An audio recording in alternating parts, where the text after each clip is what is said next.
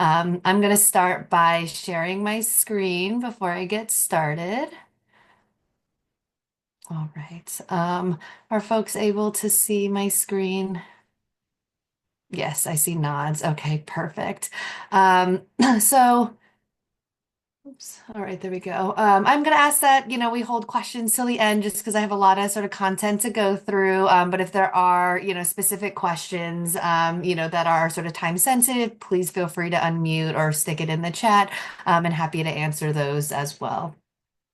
Today, I'll be talking about the big changes that occur during summer vacations, including the lack of structure and other common experiences during long breaks from school. And then we'll talk about specific strategies that you can implement for a more successful summer and just pleasant experience for everyone, as well as ways to support your child and teen who may be nervous about the new activities over the summer that are really just built into, summertime. So for summertime, we think about as a really fun time to relax and de-stress, all which are true, because we know that our kids and teens work incredibly hard throughout the school year to pay attention in school, get their homework done, and are really looking forward to the summer to just unwind and relax. And right, as caregivers, we have to be really mindful of what helps kids have successful summer vacations.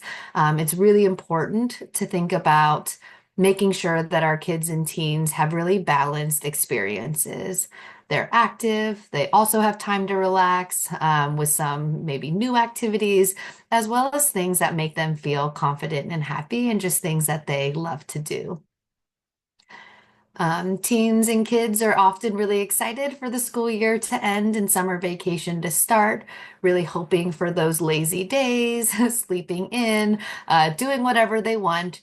But summer is, months long, and that lack of structure for such a long period of time, can be really challenging for all kids and teens, especially those with emotional or behavioral challenges.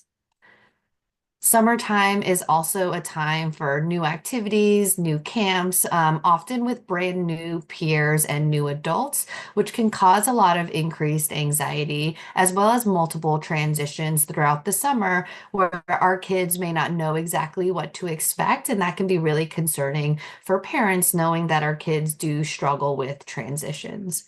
So in general, in the summer, kids have more downtime, less structured activity, and more new experiences. So we just want to be really thoughtful about how we can help our kids feel more grounded and have a more predictable sort of structure during this time. As caregivers, right, you all are here, maybe because of rougher sort of summer past experiences. So really just thinking back, summer breaks have that lack of structure, which oftentimes for us can also be really tempting to lean into when we are busy with the chaos of, everyday life. And that persistent sort of lack of structure can often lead to more challenges and different kinds of fights throughout the summer. So rather than arguing maybe about completing schoolwork, there may be fights around increased desire for screen time indoors because it's summer and I deserve it. While as caregivers, right, we really want our kids and teens to get outside more because we know that it's really beneficial for their mood, their development, and their socialization. Oftentimes, parents share that there's a lot more pushback around just basic expectations, things like bedtimes, wake times, activities of daily living, like brushing their teeth or doing chores or even eating. Some of those basic needs that we know are really important for our kids. And sometimes for our kids and teens who might struggle with depression or anxiety, they become a lot more socially isolated without school or those regularly scheduled extracurricular activities or clubs. And then reaching out to friends during this unstructured time might feel really worrisome or really hard for a lot of teenagers. And with school ending, there are so many services that are provided through schools that sometimes we forget to really think about. Things that might be built into kids' IEPs or 504s, like social skills groups or meeting with guidance counselors, or just that built-in time checking in with their peers and consistent adults. And these services through school also end in an abrupt way. And oftentimes we just forget about all the additional sort of services that school provides because it's built into that school day. So next, we're going to talk about strategies to have a more successful and smooth summer and just experience for kids and families. And I'll sort of go more in depth to each of these different strategies. So the first skill that you can actually start implementing at home today, this is certainly not summer specific, but it's something that we call special time or one-on-one time. It is the first skill that we teach to parents of kids who are struggling with attentional, behavioral, and anxiety challenges when they come to our outpatient center or our summer treatment program. In any evidence-based sort of treatment for kids and teenagers with ADHD, the first phase of treatment is always starting by working to improve the quality of parental attention and learning positive parenting strategies that make your attention even more powerful and potent than it already is.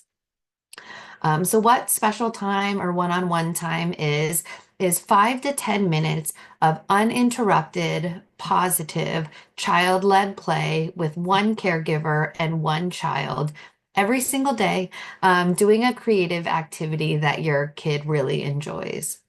Activities can include things like any art activity, so drawing, coloring, pipe cleaners, painting, building activities like magnetiles or Legos or marble run, or really any creative play that doesn't have any sort of set rules. Painting nails, taking walks outside, any sort of sport activity outdoors is a really great one-on-one time activity. What one-on-one time is like an espresso dose of positive attention to fill sort of the bank with all of those positive interactions so that when you need to set limits or consequences later on, you're not sort of overdrafting that bank account, and that makes it more likely that our kids and teenagers are going to comply when we're asking or telling them to do different things. To be clear, we know that you spend one-on-one time with your kid and teen, many times throughout the day, but these are just specific skills that make that one-on-one time as powerful and as special as possible. And we use the acronym of PRIDE to really focus on during this one-on-one time, as well as outside of one-on-one time. So the first skill in pride is praise. Praise is incredibly important, and I'm going to talk about it even more on sort of the next slide because of how powerful it is in boosting kids' self-esteem and increasing positive behavior. But essentially, what praise is, you all know what praise is. It's really complimenting your kids' behavior, letting them know exactly what you like about what they are doing, making it really explicitly clear that these are things that you're noticing about your kids' behavior. The second skill for one-on-one time is reflect or reflections, which is repeating back or paraphrasing your kid's appropriate speech during this one-on-one time. So if your kid says something like, I'm building this tall tower, you could say, you are building a tall tower, or you are building that skyscraper. Reflections really show our kids that we are listening to every little thing that they're saying and really allows them to lead the conversation. We want this special time or one-on-one time to really be child-led, and reflections are one way that we do that. Kids also love to hear their words repeated back to them, and you'll really start noticing that they're going to start reflecting what you're saying or repeating what they say until you reflect it. The next skill is imitate. And this is basically just doing whatever it is your kid is doing if it's appropriate. So if your child is playing or drawing on the table with markers, you're also drawing at the table with markers. If they move from markers to building magnet tiles on the floor, you're also moving with them to build those magnet tiles on the floor. We often say that imitation is the best form of flattery. So if your kid notices that you're doing what they're doing, it really shows that you approve of the activity that they're doing and continues to let them lead the play. The next skill in pride is descriptions or behavioral descriptions. We call this our sportscaster or sports announcer skill. Right? We've all heard sports radio, whether we've wanted to or not. And it's really where you can sort of picture what's happening just by the words that the sports announcer is saying alone. So this is when you are describing what you're saying, or sorry, you're describing and you're saying what your child is doing with their body or their hands. For example, you're sitting so calmly while you build. You're adding a sun to your drawing. You picked the pink nail polish to, put on your thumbnail.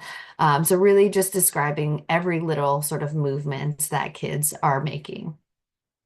When we describe what our kids are doing, it shows that we're paying really close attention to everything that they're doing. And this is a skill that is especially helpful for kids with ADHD who may jump from activity to activity or maybe more inattentive. Because when we describe our kids' play, it really helps them focus on the activity that they're doing in that moment, attend to the activity longer, and really works to increase their attention span. So when we say something like, oh, you're drawing a brown tree, right, in their brains, they're thinking, oh, I am drawing a brown tree. And that helps them sort of stay focused a little bit longer on that activity and really helps, especially our young kids, develop that internal dialogue that they might not necessarily have quite yet. The last skill that we really focus on in special time, that's hopefully the easiest, is enjoy. So really just really what enjoy means is that you're having fun and you're demonstrating your enjoyment during this special playtime with your kid or teen, whether that's through high fives, hugs, smiles, your tone of voice, or even saying, I really love this, quality time with you. In this day and age, right, everyone is multitasking all the time. We have our phone in our pocket. We're constantly having the TV on in the background. And so kids and teens really learn to value and appreciate this sort of dedicated 5 to 10 minutes with each caregiver every single day.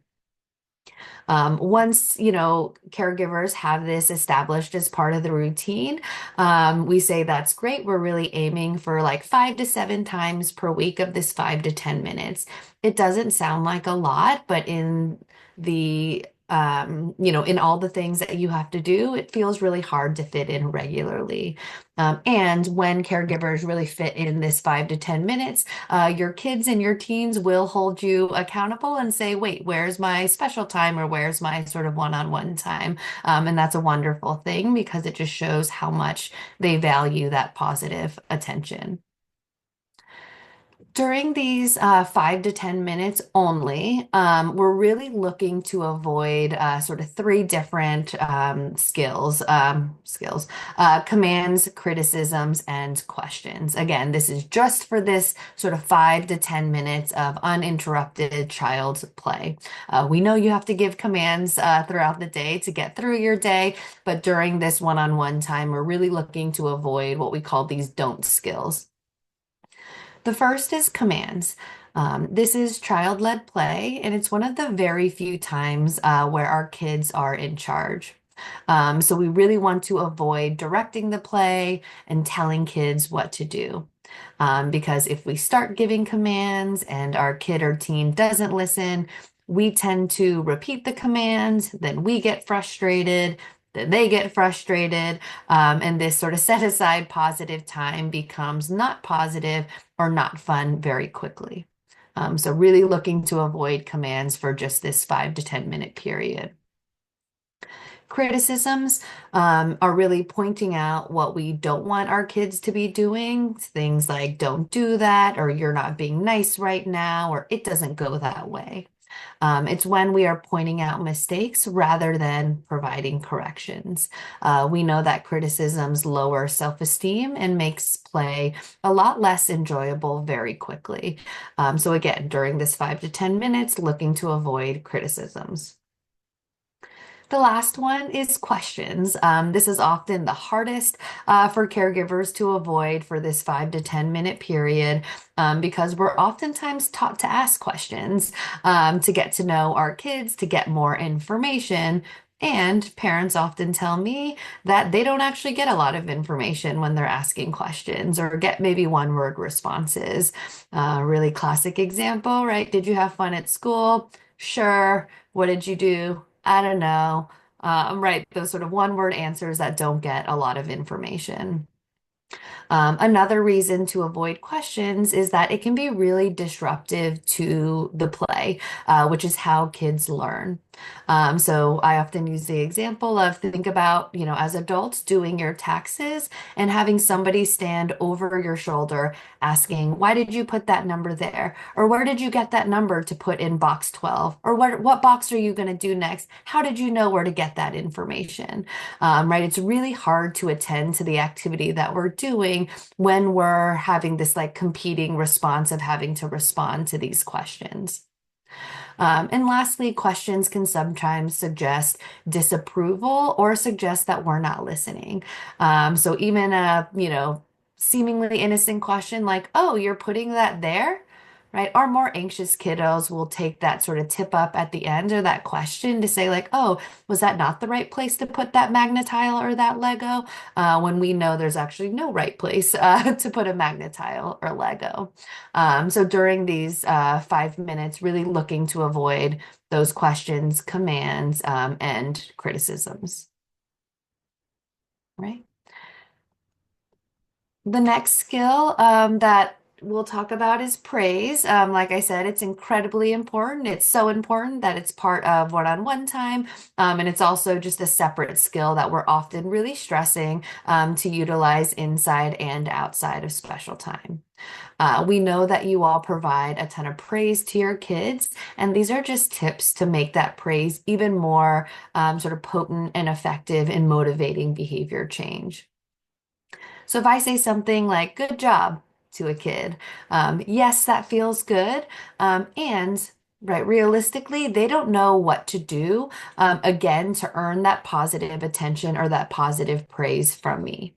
But if I say, really nice job asking so nicely, or awesome job playing calmly with your sister, right? It's really clear to that kid or teen of what I am noticing and what I am praising. So we always want our praise to be specific and labeled because it makes it more likely that our kids are going to engage in that behavior again. Next, when thinking about making an effective praise, we think about one positive and one specific, rather than praising the absence of the negative behavior. So if you're used to your kid, whining when they're asking for things or complaining, instead of saying something like, thank you for not whining, to make that more effective, we'd say, thanks so much for using an appropriate tone of voice to ask for a candy. We want to make sure that our praise is immediate. We want to give praise right after the behavior occurs to really increase the likelihood of kids connecting that good feeling that they get when receiving praise to the behavior that they just engaged in. If we waited till the end of the day or even the end of like a 15-minute lunch period to say, good job for X, Y, or Z things, it's really hard for our kids and teenagers to remember what they did or when they did that behavior. And lastly, we really want praise to be frequent. We want to make things as positive as possible when our kids are doing the great things we know they're very capable of, because we know that the more we praise, the more that we pay attention to those positive behaviors, it keeps them on track doing those behaviors that we are labeling, providing those labeled praises for. We don't necessarily want to wait for that, extraordinary behavior, but really praise all the things that our kids are already doing really well now, which we know improves behavior, and then we're more likely to see those sort of extraordinary behaviors that we want to see. Right. Praise is also a skill that you can start using at home or implementing at home right away, and is certainly not sort of summer specific. So during the school year, these are a bit more sort of summer specific strategies, but also are strategies that are just helpful in general.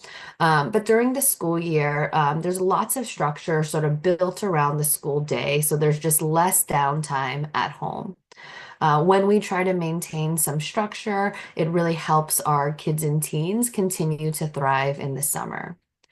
For kids who struggle with anxiety, attentional, or behavioral challenges, the structure and routine really help provide that predictability, consistency, and organization that can help have make everyone have a more fun and sort of functional summer. For kids who may struggle with depression, that structure and routine can really help teens sort of get outside and plan for various types of activities with family, with friends, and independently. Keeping a schedule really helps transition sort of in and out of school, as well as to new summer activities, things like camp, sort of more smoothly because they know exactly what to expect and when to expect it. Um, it can be helpful to preview sort of when and what the new activity or camps may look like, where it is, schedules if possible, though sometimes camps don't share that, and that's okay as well. Making schedules visual, so printing out a calendar of the month that includes the range of activities that you're doing throughout the month can be really helpful to make it just visible to your kid and teen. This can also be a fun sort of collaborative activity, thinking about all the fun things and exciting things that are planned over the summer, and can also be a way to provide your kids options so they feel like they have a choice and can do some of the things that they love to do. And we can, write that on the monthly calendar. This is also a time where you can also play to your kids' sort of strengths and interests and think creatively about ways to incorporate that into the schedule. So maybe last summer, right, our kid maybe didn't really love soccer camp or a sports camp because maybe they just don't love sports. So can we think creatively about maybe a farm camp if they love animals, or circus class if they, love to be more active? So really thinking about how we can harness our kids' strengths and interests while also ensuring that your goals of keeping them active and doing, fun and new activities is also in place. Proactively thinking about indoor schedules, indoor activities, or rainy day schedules can be incredibly helpful. Last summer in Boston, it rained almost every weekend, I feel like. So rather than dealing with, meltdowns if fun plans are canceled, really proactively and collaboratively creating a list of activities or outings that can substitute for those rainy days can be really helpful. Things like going to the movies or free days at the Children's Museum or building pillow forts at home. There's so many fun indoor activities that can be done at home, or free activities for kids in the summer. So just proactively having that list can help prevent some of the disappointment of a rainy day. When a new activity is scheduled, making sure we're adding it to the calendar to keep our kids sort of up to date and reduce some of the repetitive questions that we might that might sort of bother us or annoy us. Things like, what are we doing today? Or when are we going to the zoo? Or when does my camp program start? Or when does my camp program end? And so just making sure to keep that monthly calendar updated. Keeping a schedule is also a really great skill to teach kids and teenagers to help them utilize this really wonderful organizational strategy that we all use, as adults, in some sort of capacity. And so while monthly calendars can be really great for those bigger activities, camp start and end dates, it's also really important to think about maintaining some structure of the daily routines that allow kids and teens to function successfully day to day. So we can start with those consistent wake up and bedtimes. While it might change, week to week, depending on camp schedules or weekdays versus weekends, helping kids and teens practice good sleep hygiene and stay in a healthy sleep routine is really going to help us all be less irritable, more cooperative, and just well rested. Meal times can be a really great sort of anchor for 3 times of the day. And kids and teens can really struggle with their own hunger cues. So eating at regular times really ensures that kids and teens are taking care of their basic needs.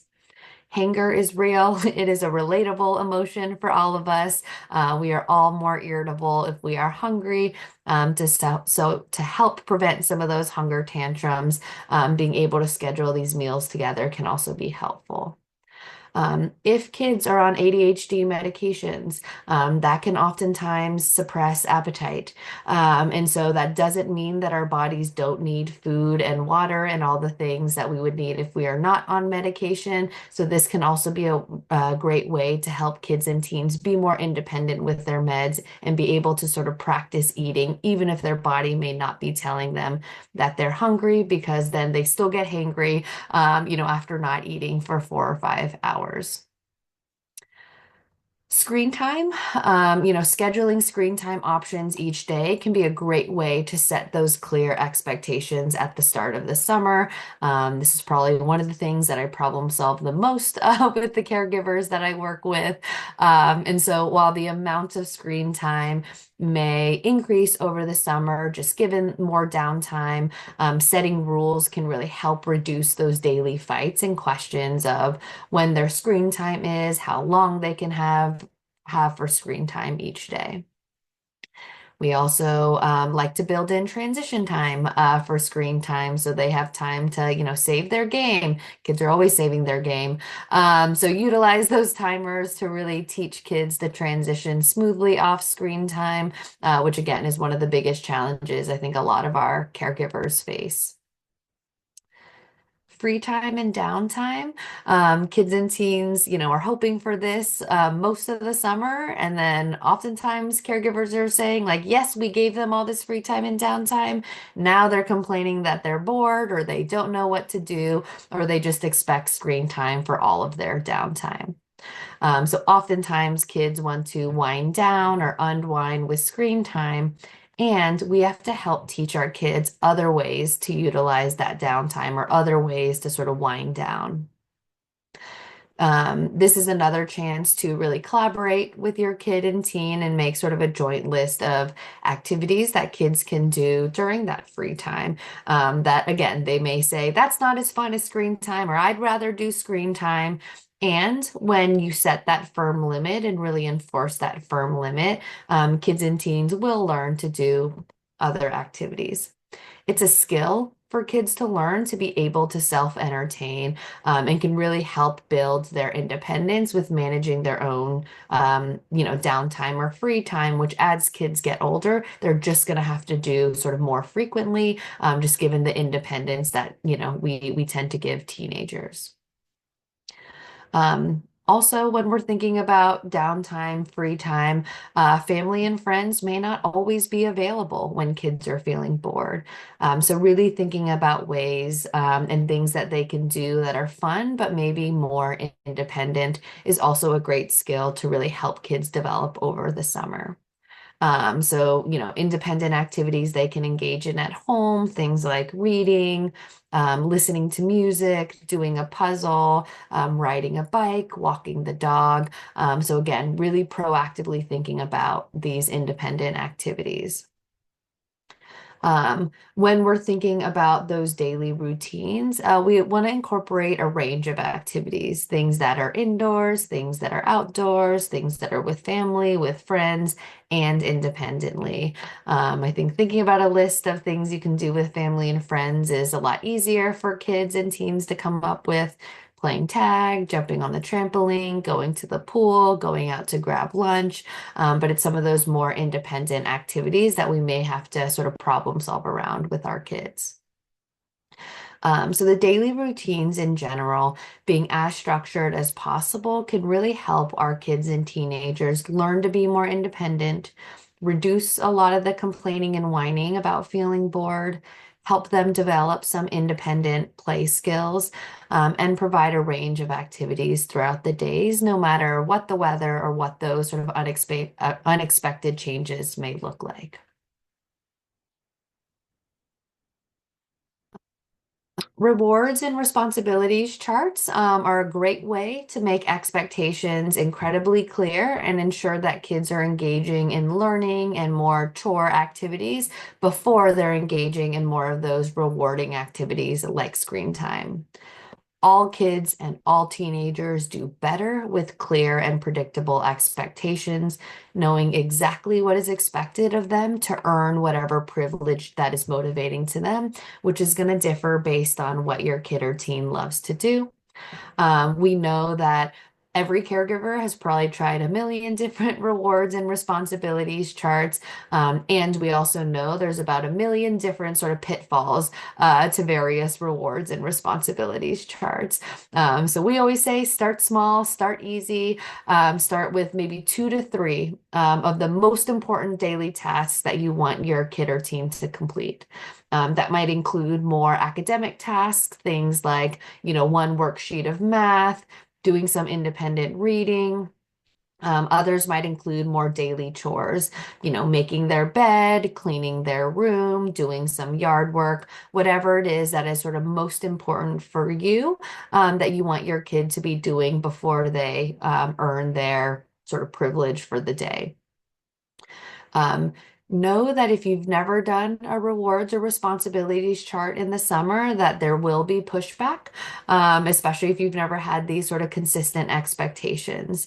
And if you stick with the rewards, and kids, feel that natural consequence of not completing those responsibilities. So when they don't do their one worksheet of math or do that independent reading, then they're not earning that prized reward of screen time or activities with friends. They will learn to really comply with these expectations. But kids, again, love to test those limits and love to see if, parents will fold and let them, still go hang out with their friends or still get screen time, even if they say, I'm not doing these things. So if your kid pushes back, stick with it, even if there's some of that initial pushback. Here are some sample responsibility and rewards chart that I literally just Googled and found online. There's such a range, online. Don't reinvent the wheel unless you have to. But, these are just really clear expectations for kids as well as caregivers of things that, need to be done before they earn screen time. Sorry, a lot of these just say screen time because that tends to be one of the most sort of motivating things for kids sort of across the age range. But you can certainly make your own by, just creating a Word document and saying these are the three things that, caregivers want, child to do before they go and hang out with their friends at the movie or hang out with their friends at the pool this afternoon. Setting summer goals. So, this can be another place to really collaborate with your kid and teen to talk about goals that maybe they have for the summer that it's just hard to consistently work on given the sort of chaos and busy schedule during the school year. That can be things like, learning to ride a bike or learning to play the guitar or do gymnastics or be better at reading so you feel less, maybe anxious or embarrassed about reading out loud in front of your class. And as parents, it's a really great time to work on skills that maybe you don't have the sort of time or bandwidth to really work on during the school year. Things like following directions and following through with those consequences, practicing a morning routine in a timely and independent manner, implementing consistent bedtime routine, toileting challenges, sleeping more independently. When we think about setting summer goals, we want to make sure that the goals we are creating are developmentally appropriate and that we think about what are the smaller steps to help break down that long-term sort of goal to feel more achievable and attainable. So, if one of your goals is to, have your kid get ready independently in the morning within, 25 minutes, if your kid currently doesn't remember what the morning routine is, we can't expect that they will all of a sudden do it independently, no matter what sort of large reward we tie to it. We oftentimes use the example of like doing a backflip. No matter how much I want to earn that $1 million or whatever that, wild reward is, there's just no possible way that I could do a backflip in 3 months, if there weren't those sort of smaller goals set for me. Um, so maybe for your kid who you want to develop that independent morning routine, you'll start by creating a morning checklist where you are sort of writing down all the steps of the morning routine, like getting dressed, including your socks, eating breakfast, brushing your teeth, to help sort of prompt them to remember the checklist items of the morning routine. And then you use praise and, some of those pride skills to really help sort of boost your kids' sort of self-esteem. Oh, I love how you went and checked that morning checklist, and now you're downstairs eating breakfast and you're all dressed all by yourself, right? Really nice job, like using that morning checklist. Or, if you want to work on sort of sleeping independently, that's a big one for a lot of caregivers when their kids are younger. If your kid sort of goes to bed with you laying next to them right now, we can't expect that all of a sudden they're going to start to sleep independently without a caregiver in the room. Right. So maybe you start by, moving yourself to the end of the bed and reducing some of the attention that you're giving your kid at that bedtime.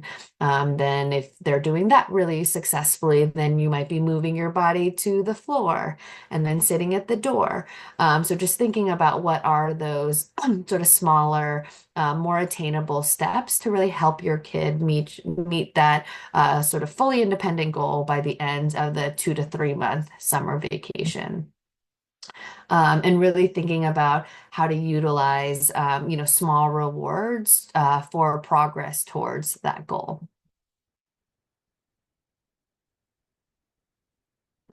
Anxiety about new camps and activities over the summer. Summer is often a time of new activities and camps, or maybe those yearly camps where kids haven't seen their camp friends or talked to their camp friends in the last year. So, we could really normalize those feelings of anxiety. We all feel anxious. That is a normal human emotion that we all need to sort of function well in this world. And so one of the first things that we talk with caregivers about is really checking in with yourself as a caregiver about how you are feeling about your kid or teen attending a new program or activity. Because being really aware of how you're feeling is incredibly important to not sort of project your anxiety or your concerns onto your kid. And if you are feeling nervous or anxious, based on maybe previous summer camp experiences, that is totally normal. It is very valid, but really thinking about ways to find your own sort of support, whether it's through, friends, other caregivers who also may be worried about the same thing, and really, thinking about ways to separate your own anxieties from your kids. So really, being able to check in with your kids about how they're feeling, again, without projecting any of that emotion. So rather than asking, are you worried about doing swimming lessons in the lake for the first time? We might just ask, how are you feeling about starting swimming lessons on Monday? Um, When kids are nervous, we know that they respond in various ways. Some kids, respond to feeling anxious or worried by crying or shutting down. Others might be more sort of external, and might throw tantrums when they're feeling worried. So, as a caregiver, right, we can sort of reasonably expect sort of those behaviors to happen maybe the night before a new camp program starts or even the morning of the first few days of a new activity. As caregivers, right, it's incredibly hard to see our kids in distress, and it's really important to remain as calm as possible, be really firm about attendance, and really consistently follow through with bringing them to that activity. Right. A lot of what you're likely seeing is that anticipatory anxiety of what may happen at this camp program tomorrow. Um, like I said, anxiety is a really normal emotion. It's something that we can all relate to. So we can even use ourselves as examples to really sort of normalize the discussion and emotion. And this, again, is not just for summertime, but in general, when parents sort of really model how they manage their emotions, that's how kids and teenagers learn how to manage their emotions. So saying something like, I have to go to this work meeting and present in front of people who I haven't really seen in a while. I'm feeling really nervous about that, but I remember that I prepared, and I really like seeing, those friends. It's just been a while, so I feel a little bit nervous. Right? So really being able to validate that anxiety is a normal emotion, without sort of like negating their feelings or sort of projecting your worries onto them. Previewing, drop off for an activity a day or two before in advance can be really helpful. Again, we'd say no more than like a week or more, just because for anxious kids, they can, sort of perseverate and get more and more nervous the more time they have to really think about it.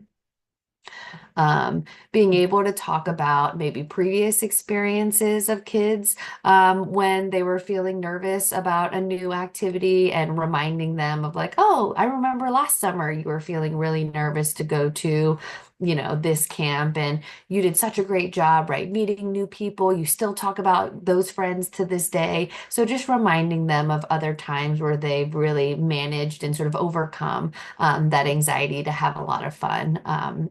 At their camp program.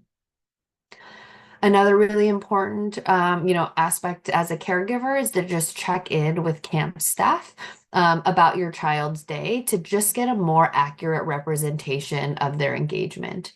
If you know what happens during the day, you know the fun activities that your kids did when they, inevitably start to complain about going or say that they had no fun, you can really help sort of redirect to the fun things that they did that day and get them excited about the fun things that they're going to do tomorrow. The most important, sort of takeaway message is to be as consistent as possible with attendance, which will help make the transitions easier. It is normal for kids to have some adjustment time for these new things. At my summer program, for kids who, many of them have had a lot of treatment failures. A lot of parents have had to come and pick their kids up from, camps previously because their kid got kicked out.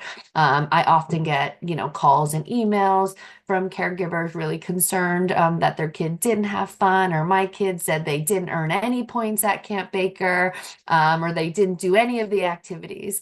And it's often like really different than what we are seeing throughout the day. And so, again, getting that accurate representation from kid staff, we've actually built that into our camp program. We check out sort of independently with caregivers with their kids there every single day to make sure that, kids know that parents and staff members are really communicating on a daily basis and know what an awesome day that their kid had at camp. Um, Reminding yourself just that managing anxiety is a skill that is a really, requisite part of life for kids because transitions and new things happen for our kids and teens all throughout their life, whether they're transitioning to middle school, transitioning to high school, joining a new club, getting a new job with people that they don't know.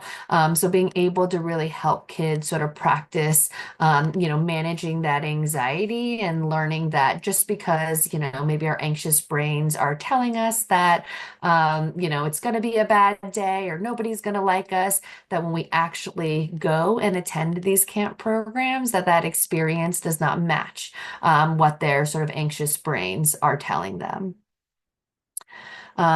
When thinking about sort of managing this sort of anticipatory anxiety that kids and teens may be feeling, we want to be really mindful as caregivers of the amount of attention that we're giving our kids, sort of more negative comments versus the positive aspects of the day.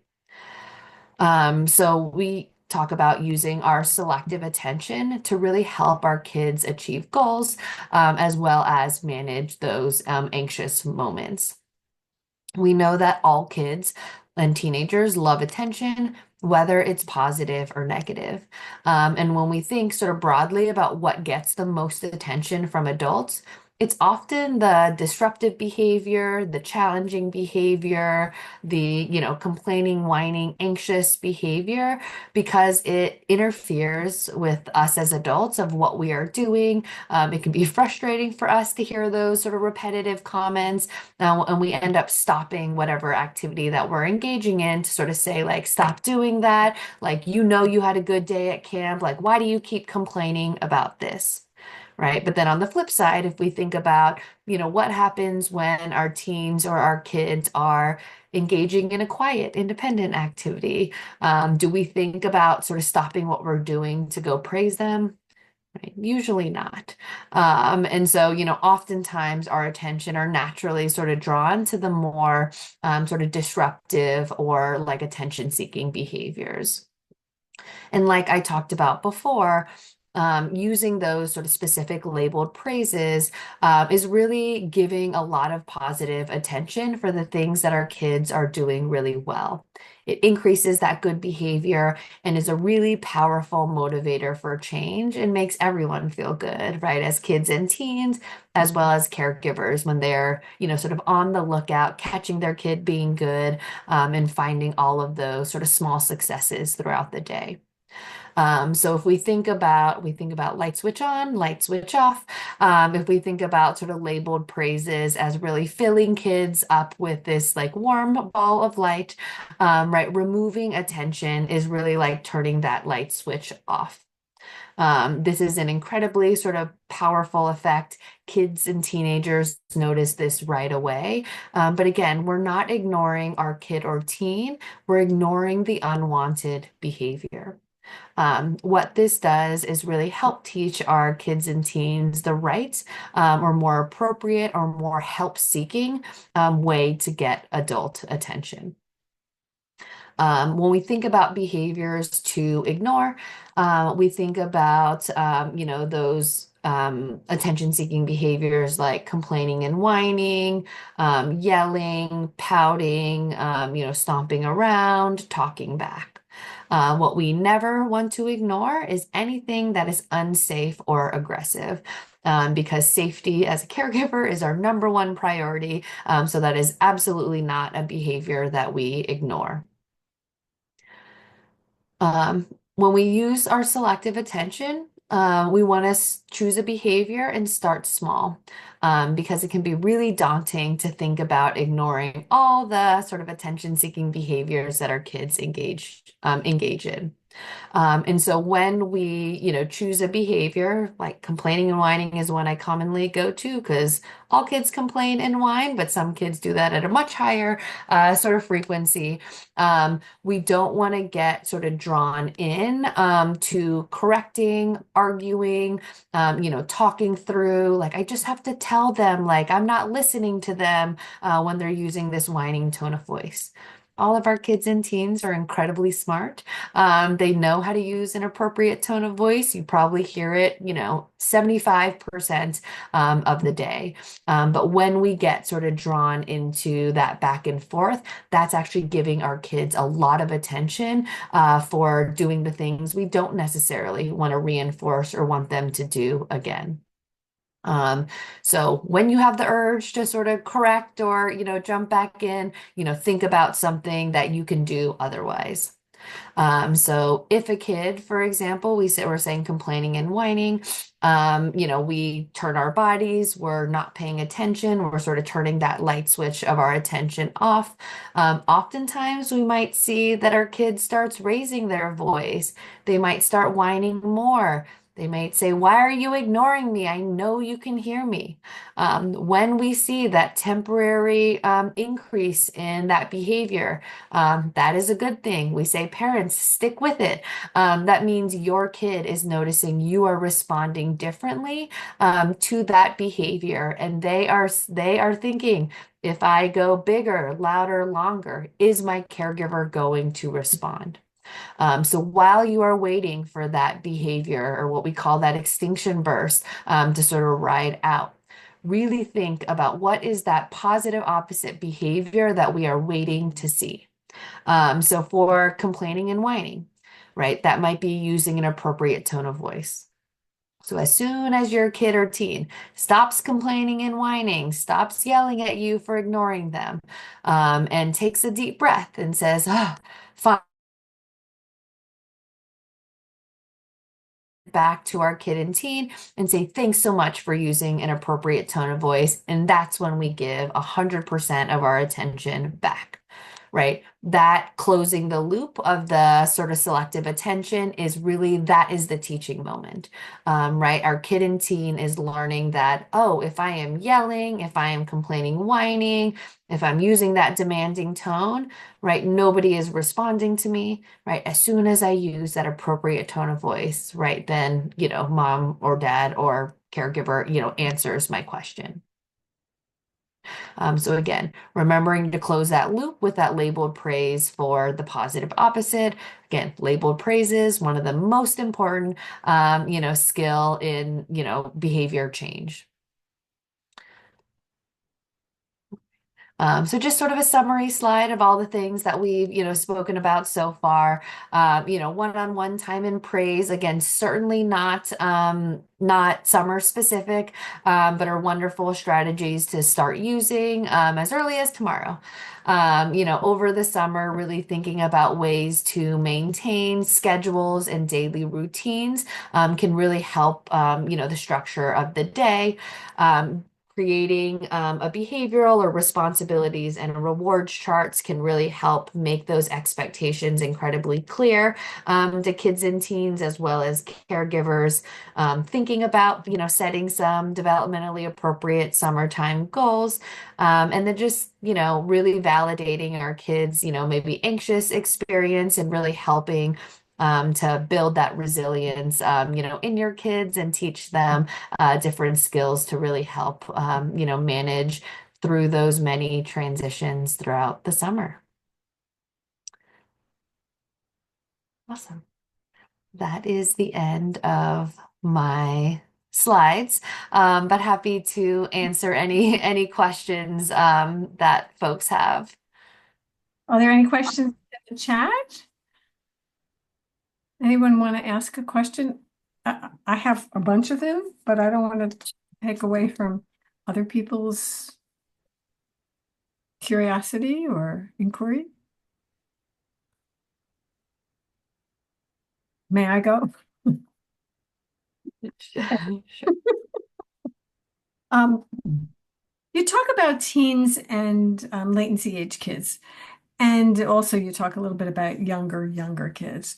But is what you're saying that no matter what the age, that the behavioral approach is the same, or is it modified in some ways? How could you clarify that a little bit for us? Yeah, really good question. I do talk about the age range. Yes. And the behavioral principles are just broad behavioral principles that work for kids, PCAT or parent-child interaction therapy, works for kids as young as 2.5. And then the behavioral parent training that I was speaking about, goes all the way up to age 18. And so, the behavioral principles, they may look a little bit different, but the core sort of principles of reinforcement is the same.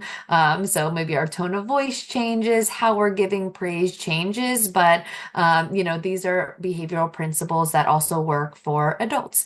And so, yes, it's actually all the same. It's just developmentally aged up or down, and individualized based on the need of the kid and family. So, you're talking, I mean, you talk about special time. I know it is floor time, from Greenspan. And I love the pride skills and as a Mhm. way for parents to kind of remember the focus.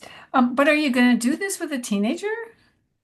Yes, it just looks again a little bit different. And so that's where it can be, maybe more sports-based activities. I had a caregiver of a 16-year-old who, again, she loved to do this. And I was like, if she likes to look at financial documents with you, like you do that with her. So again, it's whatever your kid or teenager is really interested in. And it might be different in that, for our little kids, they'll be like, Mom, like I want special time. But for our teenagers, it might be like sliding in on an activity that maybe they're already doing.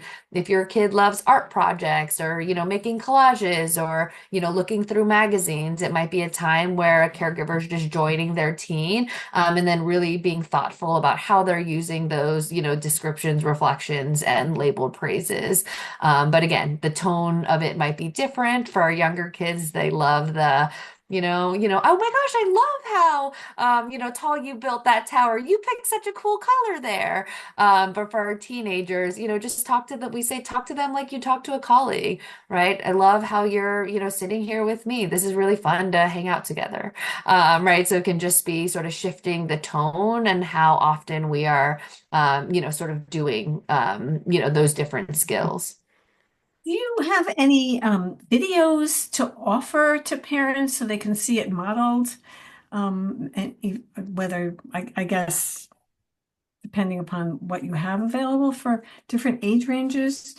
Um, Yeah, good question. There's some in PCIT International on like YouTube that folks can find. They're just not my videos. Like I can't, share them as mine. But it is really, one of the sort of core positive parenting and sort of engagement strategies in every, sort of evidence-based treatment for kids with ADHD and disruptive behavior disorder. So there's lots of like online, sort of videos, that's called like special time or one-on-one time. thank you. Okay. I Um, see we I have also a question see. in the chat. It says regarding one-on-one, any advice on how to have this time when you have multiple children? Yes, really good, sort of question, real challenges. And I think it's, again, if it's a two caregiver sort of household, we say like flip-flop children. So like one caregiver is doing special time with one, the other's doing it with the other. After 5 minutes, you're just sort of switching. And that can be something that's really helpful. Also, how to balance needy child with others. Special needs for special playtime.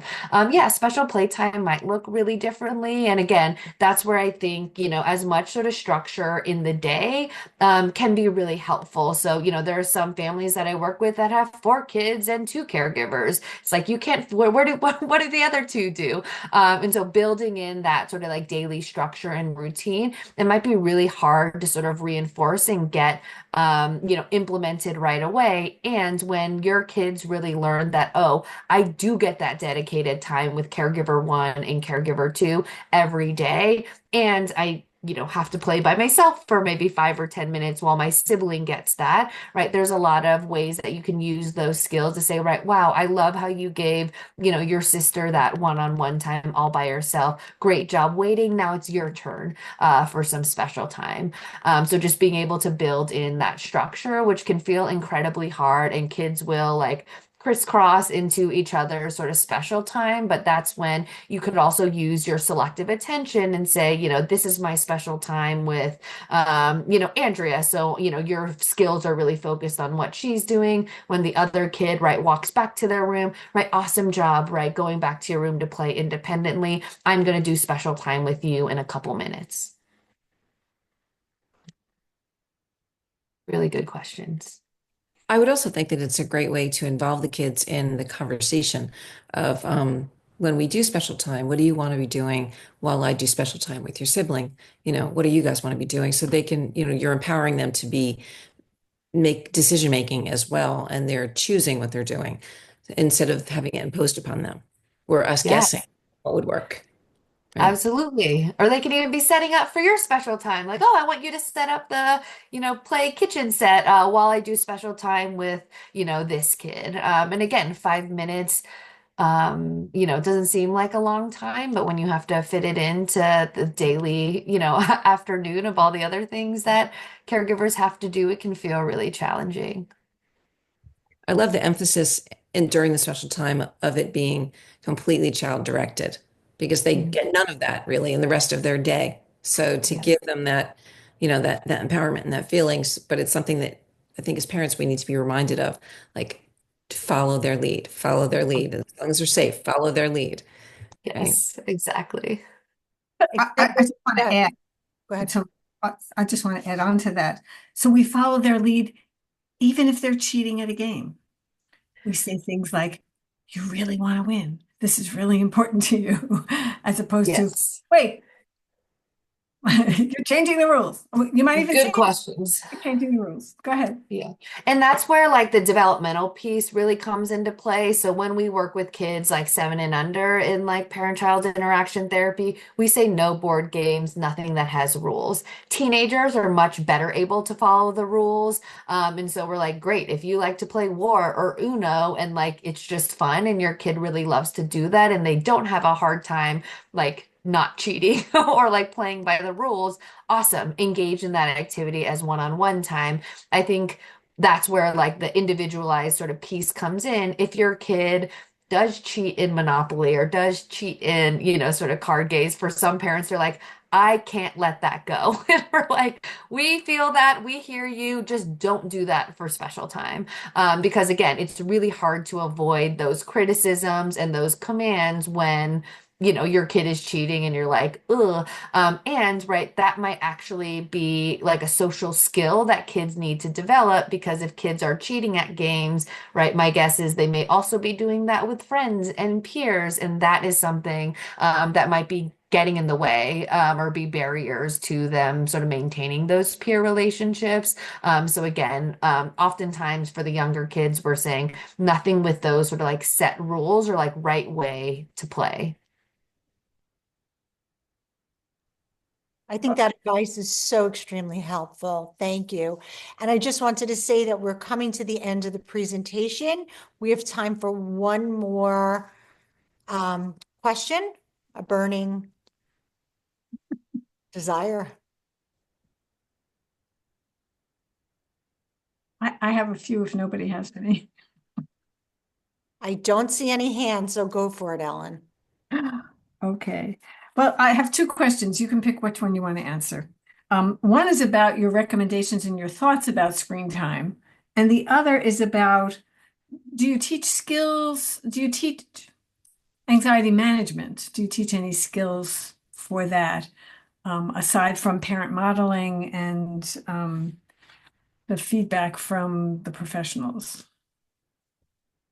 Yes. So yeah, I can touch the anxiety one. That's a little more, I think straightforward. But yeah, I think for, the anxiety management sort of strategies, again, I think there's a big difference between, needing sort of like a clinical level of support, like the anxiety is so, impairing and sort of overwhelming that it's getting in the way of kids going to these activities or parents' ability to, be as consistent as we'd like them to be and take them to X, Y, or Z activities. And so, we'd recommend getting like an assessment and then going through, CBT for anxiety, which is really like exposure and response prevention.